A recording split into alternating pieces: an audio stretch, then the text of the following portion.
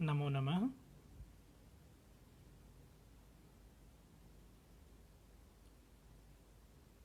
Doctor Chandrakant Dutt Shukla ji, अगर मेरी आवाज़ आ रही है तो कृपया एक बार सूचित कर दें।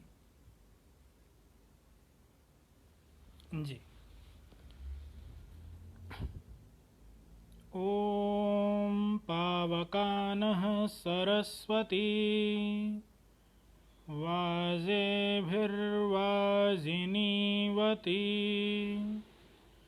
यज्ञं वष्टु धिया वसु।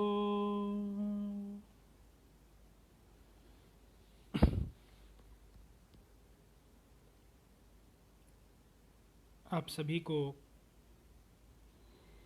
नमन करता हूँ।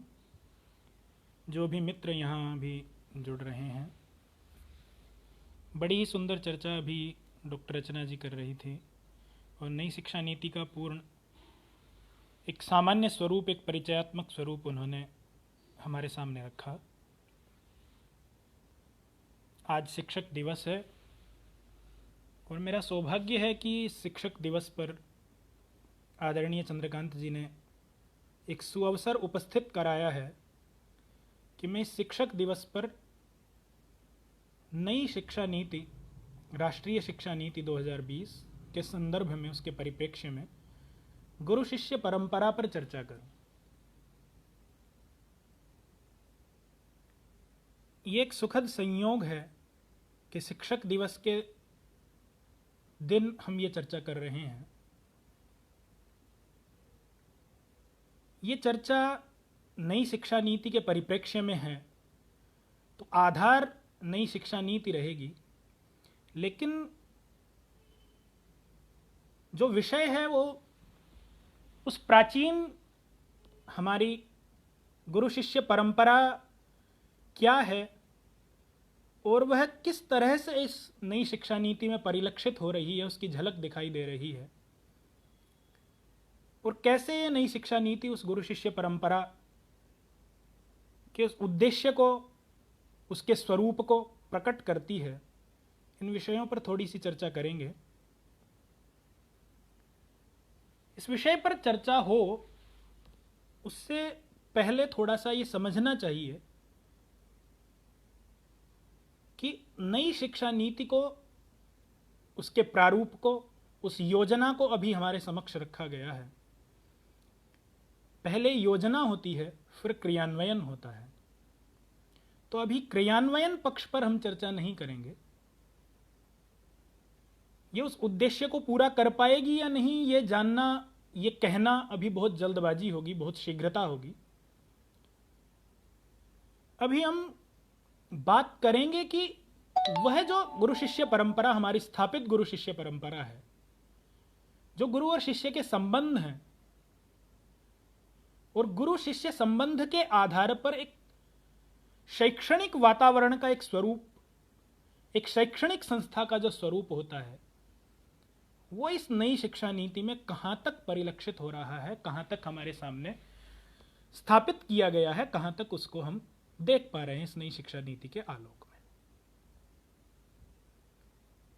यदि हम चर्चा प्रारंभ कर रहे हैं तो मैं इस नई शिक्षा नीति का जो एक प्रारूप देख पा रहा हूं, एक योजना देख पा रहा हूं, बिल्कुल जैसा हमारा शास्त्रीय स्वरूप है और जैसा हम सब संस्कृत के अध्येता लोग इस पद्धति से, इस शैली से परिचित हैं कि हम किसी भी ग्रंथ के प्रारंभ में अथवा किसी भी विषय के प्रारंभ में, जिसे हम अनुबंध चतुष्टय कहते हैं, उसकी स्थापना करते हैं। हम अधिकारी की बात करते हैं, हम विषय की बात करते हैं, हम प्रयोजन की बात करते हैं, हम संबंध की बात करते हैं, और इन सब में यदि कुछ सबसे महत्वपूर्ण है तो वो प्रयोजन है। तो नई शिक्षा नीति का प्रयोजन क्या है, उसका उद्देश्य क्या है, उसका आधार क्या है, और प्राचीन भारतीय संस्कृति में जो शिक्षा गुरु शिष्य परंपरा आधारित, गुरुकुलीय परंपरा आधारित जो शिक्षा रही है, उसका उद्देश्य क्या है, दोनों में क्या समानता है, यहीं से प्रारंभ करते हैं। मैं बहुत ज़्यादा इस पर विस्तार से चर्चा नहीं करूंगा, धीरे धीरे हम कुछ बिंदुओं पर चर्चा करेंगे। सर्वप्रथम यदि मैं इस शिक्षा नीति के आधार सिद्धांत की बात करूं तो वहां पहला ही वाक्य है कि शैक्षिक प्रणाली का उद्देश्य अच्छे इंसानों का विकास करना है। अच्छे इंसान की परिभाषा को वो आगे स्पष्ट कर रहे हैं कि अच्छा इंसान कौन है, कि जो तर्क संगत विचार और कार्य करने में सक्षम हो, मतलब जो बुद्धिपूर्वक विचार करता हो, बुद्धिपूर्वक विचार करके कार्य करता हो, किसी भी कार्य को करने से पहले उसके कर्तव्य अकर्तव्य पर विचार करता हो, मुझे ये करना चाहिए या नहीं करना चाहिए इस बात पर विचार करता हो, ऐसे इंसान का निर्माण करना इस शैक्षिक प्रणाली का उद्देश्य है, इस नई शिक्षा नीति का उद्देश्य है। और यदि मैं प्राचीन भारत की अपनी शिक्षा पद्धति का उद्देश्य एक वाक्य में कहूं तो बिल्कुल समान है। हम वहां कहते हैं मनुर्भव, मनुर्भव मनुष्य बनो। और मनु कौन है? मत्वा कर्माणि सीव्यति, विचार करके कार्य करता है, मनन करके कार्य करता है।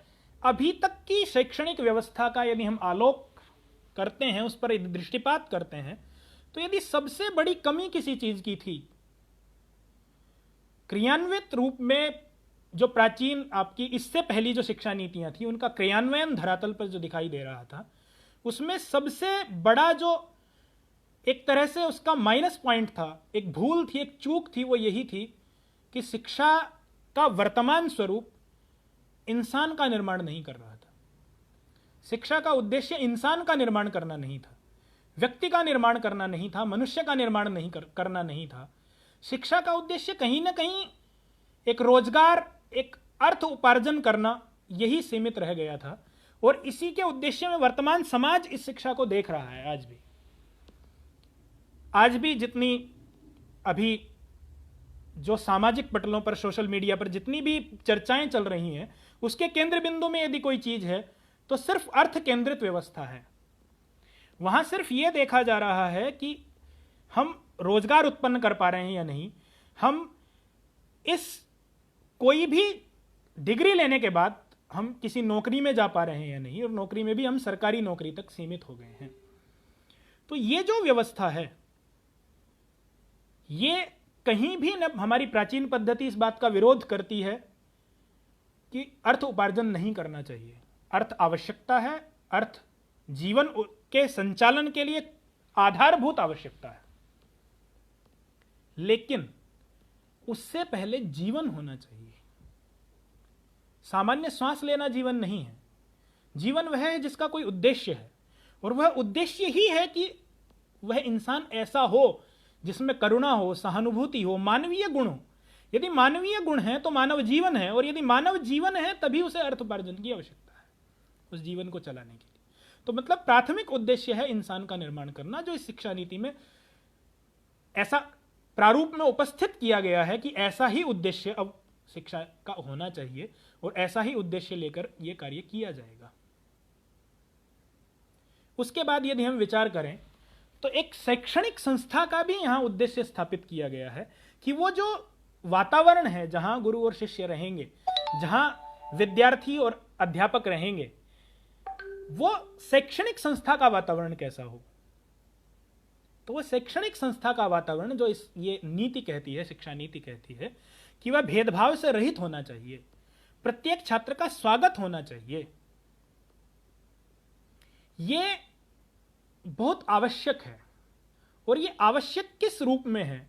ये आवश्यक इस रूप में है कि ये सिर्फ किसी प्रोस्पेक्टस का एक रूल नहीं होना चाहिए, ये वास्तव में क्रियान्वित होना चाहिए।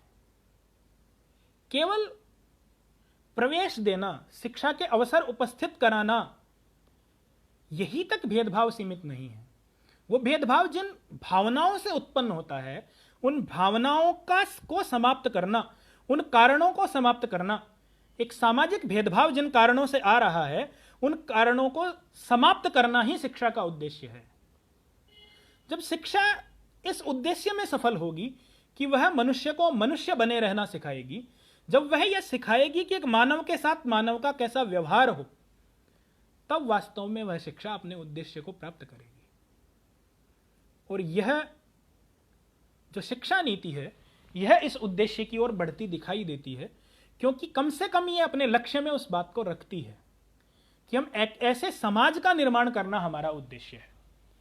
मैं शिक्षा पद्धति के प्राचीन स्वरूप की ओर थोड़ा सा ध्यान केंद्रित करना चाहूंगा कि शिक्षा क्या है। यह शिक्षा नीति भी बिल्कुल उसी उद्देश्य के साथ, जैसा कि यह शिक्षा नीति स्वयं कहती है कि हम अपने प्राचीन भारत की जड़ों और गौरव से जुड़े रहना चाहती है, यह शिक्षा नीति, और उससे जुड़ने में अपना गौरव अनुभव करती है, तो उसकी थोड़ी सी झलक हमें देखनी चाहिए। तैत्तिरीय उपनिषद में जब विद्या की चर्चा हो रही है कि कैसे होती है विद्या, कैसे होती है शिक्षा, उसकी प्राप्ति कैसे होती है, तो वहां जब कहते हैं आचार्य पूर्व रूपम अंतेवासी उत्तर रूपम विद्या संधि प्रवचनम संधानम, कि विद्या क्या है, जहां एक आचार्य है, एक अंतेवासी है।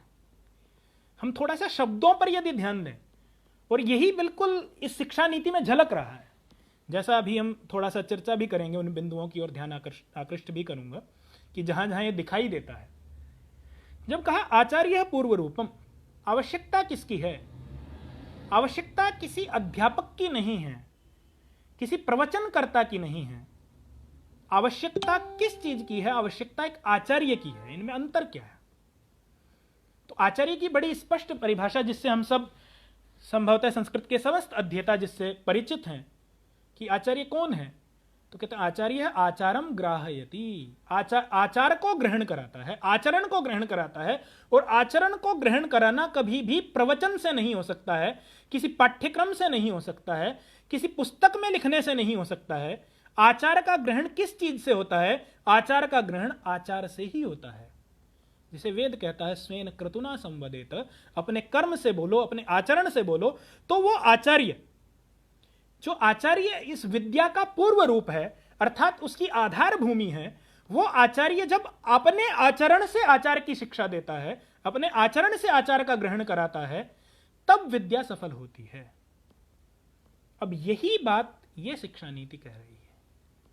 इसके 5वें अध्याय में और 15वें अध्याय में जब हम शिक्षक और शिक्षक शिक्षण की ओर ध्यान देते हैं इस नई शिक्षा नीति में, तो वहां यह स्पष्ट है कि शिक्षक कौन है। तो वहां स्पष्ट है कि शिक्षक वह है जो अपने व्यवहार से, जो अपने विद्यार्थियों को सिखा रहा है। एक बात यह शिक्षा नीति कहती है कि दोनों में जुड़ाव होना चाहिए, दोनों में एक संबंध होना चाहिए। और उस संबंध की व्याख्या यदि मैं कहीं देखूं तो उपनयन और वेदारंभ संस्कार में जो मंत्र आ रहा है, जहां आचार्य अपने शिष्य का, अंतेवासी का हृदय स्पर्श करते हुए एक मंत्र बोल रहा है, अस्तु मम वाचम एक मना जुषस्व बृहस्पतिस्त्वा नियुनक्तु मह्यम। यही मंत्र, एक समान मंत्र, एक केवल एक शब्द भेद से विवाह संस्कार में पाया जाता है। वहां बृहस्पति की जगह प्रजापति है कि प्रजापति ने हम दोनों को एक दूसरे के लिए नियुक्त किया है। और यहां जब आचार्य बोलता है तो कहता है बृहस्पति, उस ज्ञान के पति, उस स्वामी, उस परमपिता परमात्मा ने, उस परमेश्वर ने हम दोनों को नियुक्त किया है।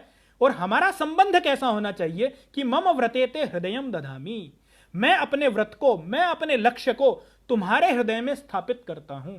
और यही बात दोबारा शिष्य उसका अनुरणन करता है, अनुच्चारण करता है। जब उसके पीछे पीछे बोलता है तो फिर वहां शिष्य यह बात कहता है कि मैं जिस संकल्प के साथ, मैं जिस उद्देश्य के साथ यहां इस विद्यालय में आया हूं, इस संस्था में आया हूं, उस उद्देश्य को मैं भी आपके हृदय में स्थापित करता हूं।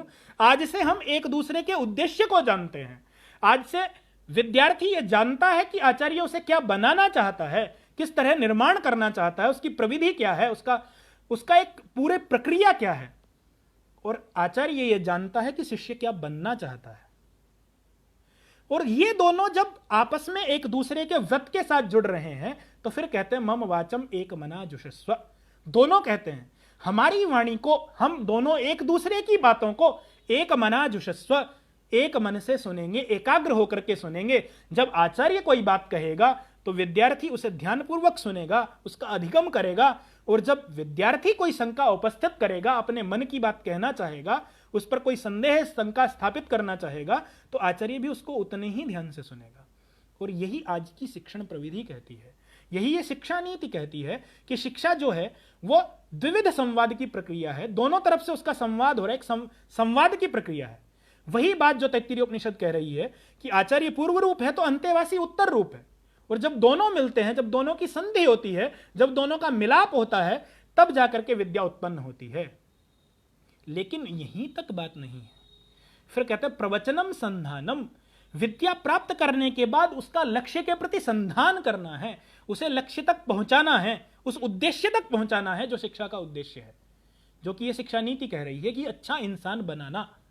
तो अच्छा इंसान कैसे बनेगा, उसकी प्रक्रिया क्या है कि एक अच्छा आचार्य जो जिसमें वो करुणा, सहानुभूति, वो मानवीय गुण अपने अंदर होंगे, जब वो अपने आचरण से एक विद्यार्थी को प्रेरित करेगा उन आचरणों की ओर, जब वो उनमें उन आचरणों का ग्रहण कराएगा, प्रवेश कराएगा, और जब वह विद्यार्थी इन दोनों का जब संलाप होकर के वो विद्या उनके पास आएगी, और उस विद्या का जो प्रवचन के माध्यम से उस लक्ष्य के प्रति संधान होगा, अर्थात वो जब समाज में जाएगी, वो व्यक्तित्व जो उस विद्यार्थी का है वो जब समाज में जाएगा, तब एक अच्छे समाज का निर्माण होगा। जो ये शिक्षा नीति कहती है कि अपने संविधान द्वारा परिकल्पित समावेशी और बहुलतावादी समाज के निर्माण में बेहतर तरीके से योगदान करें, ऐसे विद्यार्थियों का निर्माण करना ही इस शिक्षा नीति का उद्देश्य है। ये बिल्कुल आधार सिद्धांत में प्रथम पैराग्राफ ये इस बात को कहता है कि हम कैसा समाज चाहते हैं। शिक्षा का उद्देश्य ही यही है कि हम एक अच्छे परिवेश का निर्माण करें। और अभी तक जहां हम भूल कर रहे थे, या जहां अभी तक न्यूनता थी, वो इसी उद्देश्य पर थी, इसी बिंदु पर थी कि अभी तक हम ऐसे व्यक्तित्व का निर्माण नहीं कर पा रहे थे। शिक्षा एक ऐसे वर्तमान शिक्षा प्रणाली एक ऐसे व्यक्तित्व का निर्माण नहीं कर रही थी जो समाज के सामने आदर्श रूप में स्थापित हो सके। जब हम समाज के लिए आदर्श पुरुष को, समाज के लिए आदर्श जो व्यक्ति हो सकते हैं, ऐसे व्यक्तित्व को जब हम एक संस्था से, एक शैक्षणिक संस्था से हम उन्हें नहीं निकालते हैं, जब हम उनका उसमें निर्माण नहीं करते हैं ऐसे व्यक्तित्व का, तो फिर शिक्षा का उद्देश्य सफल नहीं है। यह शिक्षा नीति कहती है कि अब सरकार इस तरफ सोच रही है, ऐसा चिंतन कर रही है, और यह शिक्षा नीति इस दिशा में क्रियान्वित होना चाहती है कि हम एक ऐसे समाज का निर्माण करें जो वास्तव में आदर्श समाज है। फिर आचार्य का दूसरा लक्षण, जो इसके बिल्कुल अगला ही पॉइंट इस शिक्षा नीति में है, कि वो क्या करता है। कहता आचिनोति अर्थान, वह उनके लिए अर्थ का, क्षेत्र का चयन करता है। किस तरह से चयन करता है? जब दोनों एक दूसरे के उद्देश्य को जान गए, जो अभी हम बात कर रहे थे, जब दोनों ने एक दूसरे के व्रत को एक दूसरे के हृदय में स्थापित कर दिया है, जब एक दूसरे के लक्ष्य को वो जान गए हैं, तो फिर क्या होता है, वो एक दूसरे की क्षमताओं को जानते हैं। और यही बात ये शिक्षा नीति कह रही है कि क्या करेंगे, मूलभूत सिद्धांत क्या होंगे। तो पहला ही पॉइंट कहता है कि हर बच्चे की विशिष्ट क्षमताओं की स्वीकृति की जाएगी, उसकी पहचान की जाएगी, और उनके विकास हेतु प्रयास किया जाएगा। यह इस शिक्षा नीति का उद्देश्य होगा। और वही हमारी वो प्राचीन जो परिपाटी है, जो गुरु शिष्य परंपरा है, वो भी इसी बात को कह रही है। वहां आचार्य क्या कर रहा है, आचार्य विद्यार्थियों के लिए अर्थ का चयन कर रहा है, क्षेत्र का, विषय का चयन कर रहा है, और उस विषय का चयन करके फिर कहता आचिनोति बुद्धिम, फिर उनकी क्षमताओं का, उनकी योग्यताओं का, उनकी बौद्धिक क्षमताओं का भी वहां पर वो एक गहन अध्ययन कर रहा है, उसका चयन कर रहा है, और उस चयन के बाद वो स्थापित करता है कि वो किस क्षेत्र में जाएगा। उस क्षेत्र में उसका विकास करने हेतु फिर दोनों प्रयत्न करते हैं। और जिसे एक बड़े सुंदर शब्द में तैत्तिरीय उपनिषद कहता है, सह नौ ब्रह्म वर्चसम, कि हम दोनों, हम जो गुरु और शिष्य हैं, हम जो आचार्य और अंतेवासी हैं, हम दोनों का संबंध कैसा होगा। कहता सह नौ ब्रह्म वर्चसम, हमारा जो ब्रह्म वर्चस है, हमारा जो ज्ञान और तेज है, या हमारा ज्ञान का जो तेज है, हमारी जो नॉलेज है, वो दोनों साथ साथ होंगी, उसमें उस समान लेवल होगा, उसमें कहीं भी कोई भेद नहीं होगा। आचार्य ये चाह रहा है कि जैसा मैं हूं, जिस स्तर तक मेरा स्तर है, उस स्तर तक मैं विद्यार्थी को उठा करके लाऊं, उसका विकास करूं और फिर उससे भी आगे बढ़ के उसके विकास हेतु प्रयत्नशील हूं। जो आगे शिक्षण, जो शिक्षक शिक्षण में जो बात ये शिक्षा नीति कर रही है कि अपने से भी उत्तम विद्यार्थी को बनाने के लिए सतत शिक्षक को सीखने की प्रक्रिया विकसित करनी पड़ेगी। एक दो शब्दों से थोड़ा सा हम शिक्षा नीति को समझने का प्रयास करते हैं कि जैसा मैं अभी बात कर रहा हूं कि अंतेवासी, और यहां भी एक बड़ा आप 5वें अध्याय के 13वें पॉइंट में जब आप देखेंगे, वहां एक बात है कि शिक्षा, एक शिक्षक कैसा है, तो कहते हैं कि शिक्षकों में संवेदनशील और समावेशी संस्कृति का विकास हो। ऐसा ये शिक्षा नीति कहती है कि एक ऐसा वातावरण बनाएं हम, एक शैक्षणिक संस्था का, एक शिक्षण संस्था का ऐसा वातावरण बने कि वहां संवेदनशील हो सब एक दूसरे के प्रति। अब ये संवेदनशीलता क्या है? ये सेंसिटाइजेशन मात्र नहीं है। ये संवेदनशीलता की यदि हम व्याख्या प्राचीन पद्धति के आधार पर करें तो संवेदनशीलता क्या है? संवेदन मतलब है माने अच्छी प्रकार से, भली भांति, वेदन मैंने जानना, एक दूसरे को जानना, और फिर विदुर लाभे से यदि देखें तो प्राप्त करना। तो यदि एक दूसरे को भली भांति प्राप्त करना है, एक दूसरे के स्तर को प्राप्त करना है, तो पहली जो बात है वो क्या है कि एक दूसरे को सही तरह जानना पड़ेगा। और उस जानने का प्रारंभ कहां से होगा? इस संवेदना का प्रारंभ कहां से होगा? तो इस संवेदना का प्रारंभ होगा उस अंतेवासी शब्द से। जो छात्र है, जो विद्यार्थी है, जब वह शिष्य गुरु के भीतर, उपनिषद शब्द से कहें, बिल्कुल समीप आ जाएगा, समीप बैठेगा, इतना समीप बैठेगा कि उसके अंदर हो जाएगा, उसके हृदय के, उसके मन के भावों को पहचानेगा। और ऐसे ही एक आचार्य विद्यार्थी के मन के भावों को पहचानेगा। शिक्षक एक छात्र के मन के भावों को, यहां तक कि उसको बोलना भी न पड़े, उसकी सांकेतिक भाषाओं को, उसकी आंखों की भाषा तक को पहचानेगा। तब वो एक दूसरे में एक संबंध स्थापित होगा, जिसकी बात ये 5.3 में ये शिक्षा नीति बात कर रही है कि ऐसा एक वातावरण तैयार हो जहां दोनों में इतना, मतलब एक तरह से इतना मेलजोल हो, इतना आत्मीय भाव विकसित हो, जिसके लिए सरकार चाह रही है कि हम इस शिक्षा नीति के आधार पर, यह शिक्षा नीति कह रही है कि इस चीज को हम कैसे प्राप्त करेंगे, इस लक्ष्य को हम कैसे प्राप्त करेंगे। तो कहते हैं अनावश्यक स्थानांतरण रोक देंगे। मतलब लंबे समय तक ये बड़ी एक समस्या, जितने भी सरकारी विद्यालयों में या महाविद्यालयों में, राजकीय महाविद्यालयों में जो लोग सेवा करते हैं, ये एक बड़ी समस्या है कि अनावश्यक स्थानांतरण होते हैं। अनावश्यक स्थानांतरण की प्रक्रिया से क्या होता है कि न तो वह जो पढ़ाने वाला शिक्षक है वह न तो संस्था के प्रति और न ही छात्रों के प्रति उतने आत्मीय भाव से नहीं जुड़ पाता है, क्योंकि जब तक वह उन्हें ठीक ठीक जानने लगता है, जब तक वह उनसे जुड़ाव महसूस करने लगता है, तब तक उसका स्थानांतरण हो जाता है।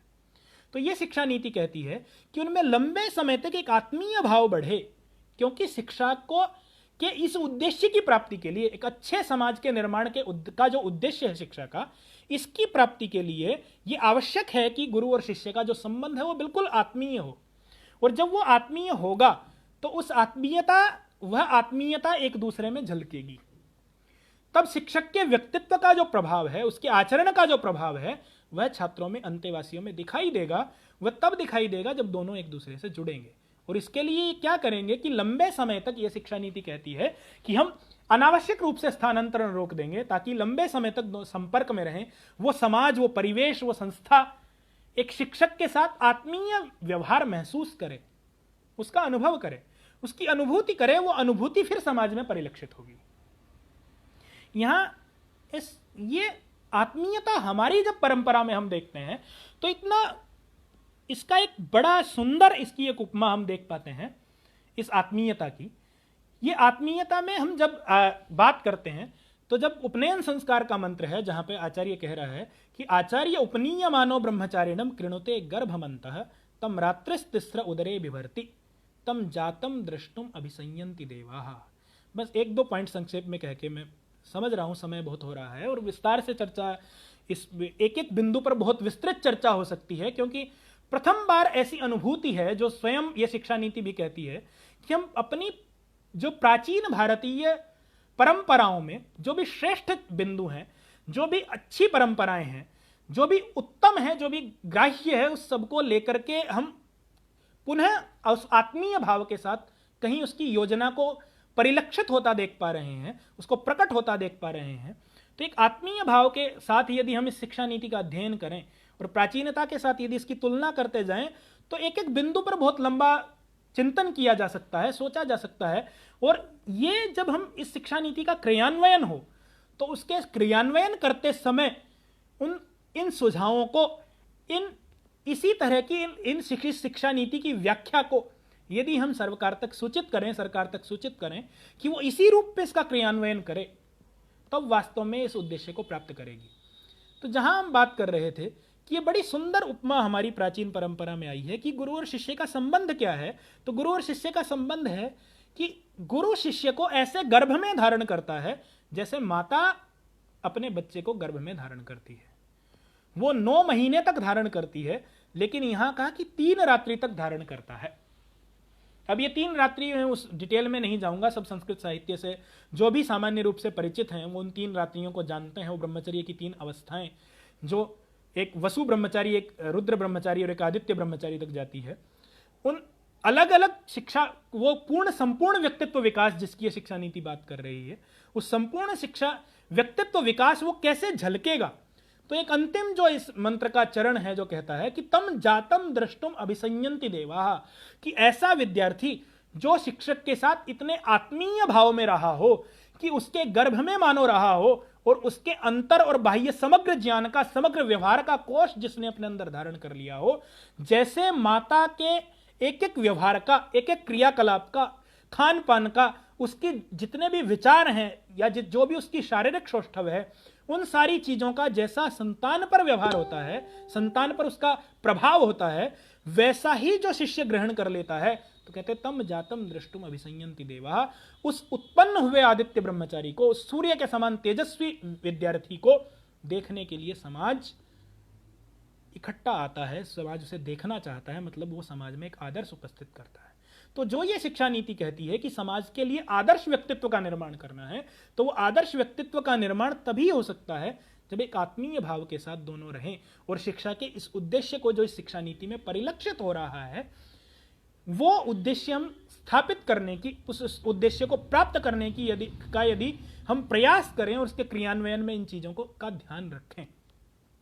1-2 अंतिम चीजों की ओर मैं बात करके समाप्त करता हूं बिल्कुल संक्षेप में, कि ये जो ये शिक्षा नीति जहां मतलब विद्यार्थी के सर्वांगीण विकास की बात कर रही है, वहीं शिक्षक के भी सर्वांगीण विकास की बात कर रही है।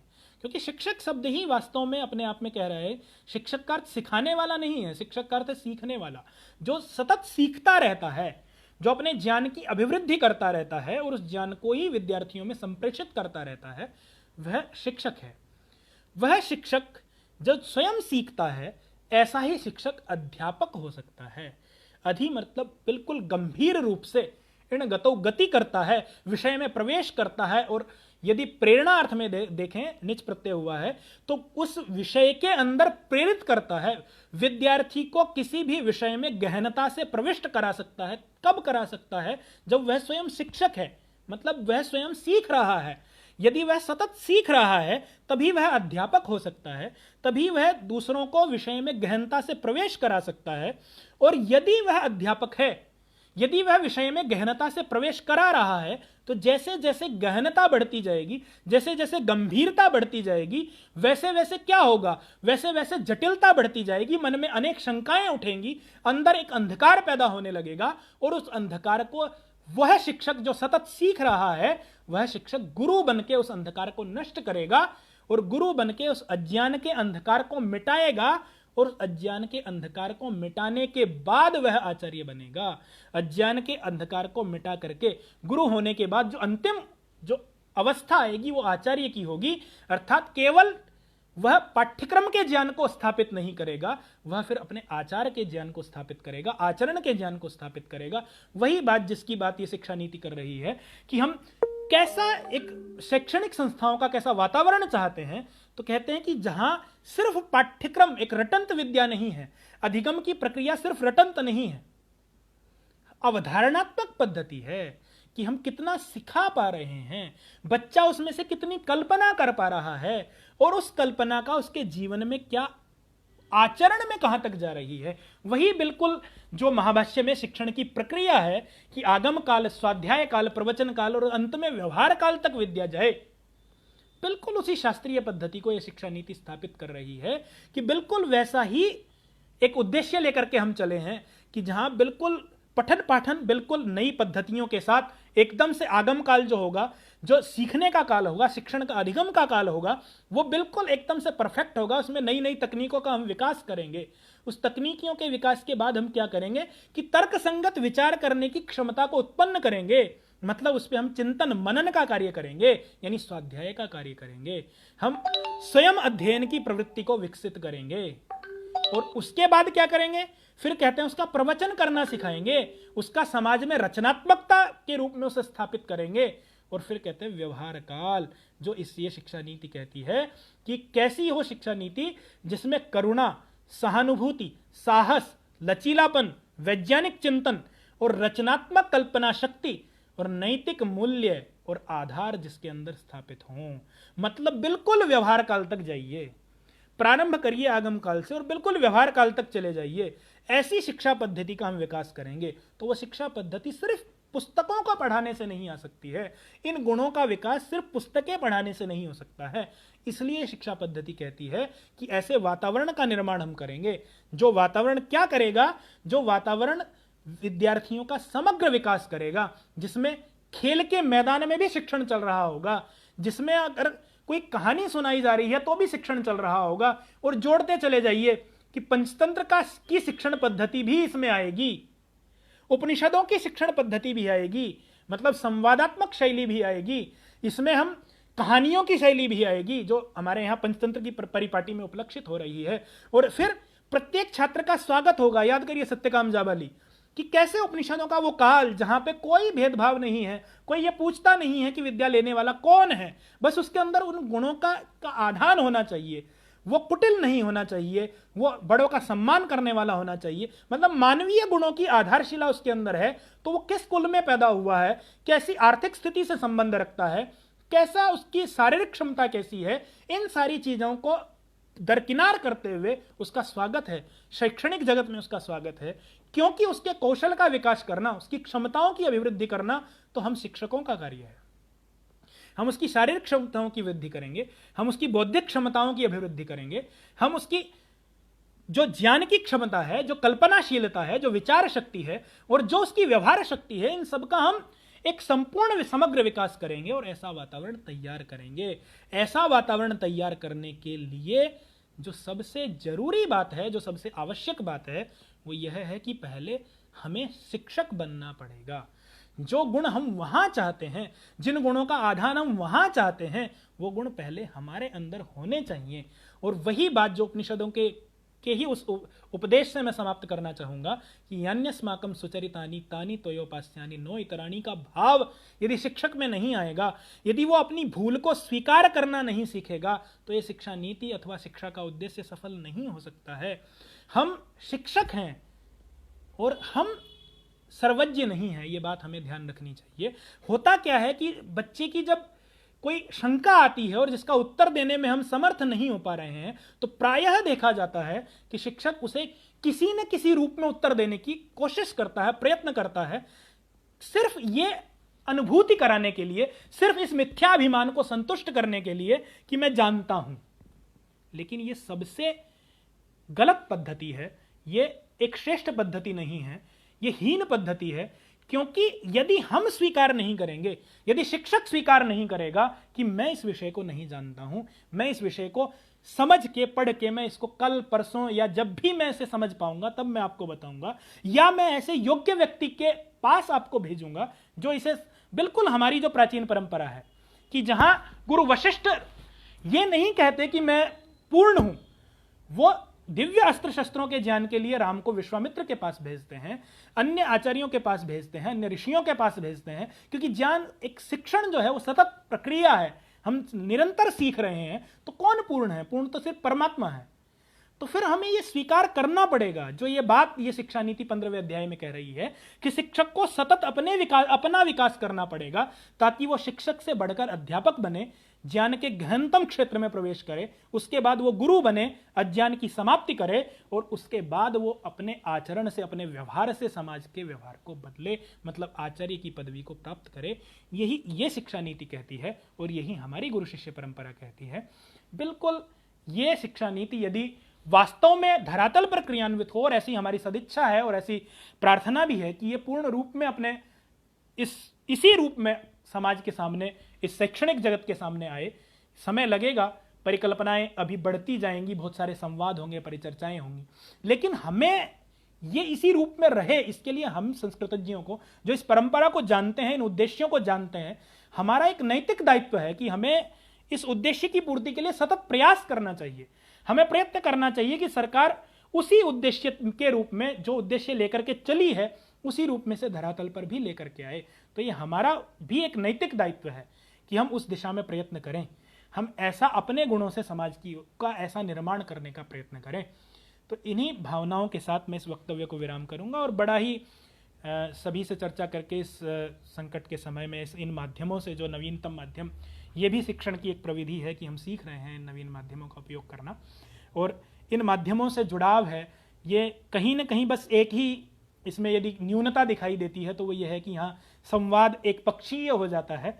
मैं बोल रहा हूँ, लेकिन आप उस पर क्या सोच रहे हैं, मुझसे कितना सहमत हैं, कहीं मेरा विरोध करना चाहते हैं, मुझे टोकना चाहते हैं, मैं बहुत लगभग प्रायः सभी से अनुज हूँ, और यदि आप मुझे कहीं सुधारना चाहते हैं, मेरी किसी भूल को इंगित करना चाहते हैं, तो वो इन माध्यमों से उस रूप में नहीं हो पाता है जैसा हम साक्षात कर पाते हैं। फिर भी जैसे भी जिस भी रूप में हम उपस्थित हैं, उस उपस्थिति को नमन करता हूँ, और सबसे बढ़कर के चंद्रकांत दत्त शुक्ल जी और विश्व संस्कृत कुटुंबकम के इस आमुख पटल का मैं आभारी हूँ, और प्रिय सुहृद डॉक्टर संदीप कुमार जी का आभारी हूँ, जिन्होंने यहाँ मुझे जोड़ने के लिए, जिन्होंने परिचय कराया चंद्रकांत शुक्ल जी से, और उनके महाविद्यालय के माननीय प्राचार्य महोदय का मैं आभारी हूँ कि उन्होंने ये परिकल्पना, एक संवाद की ये प्रक्रिया, एक उद्देश्य लेकर के हमारे सामने रखी है। ये अपने उस उद्देश्य तक पहुँचे। अभी इसमें कल भी, परसों भी आगे व्याख्यान मालाएँ चलेंगी, अलग अलग पक्षों पर शिक्षा नीति की चर्चा होगी। हम सभी अधिक से अधिक संख्या में जुड़ें, क्योंकि अगर हम परिचर्चा करेंगे तभी वास्तव में हम आपस में विचारों का आदान प्रदान करेंगे, तभी हम शिक्षण के उद्देश्य को सफल कर पाएंगे। इन्हीं भावनाओं के साथ सभी का धन्यवाद, सभी को प्रणाम।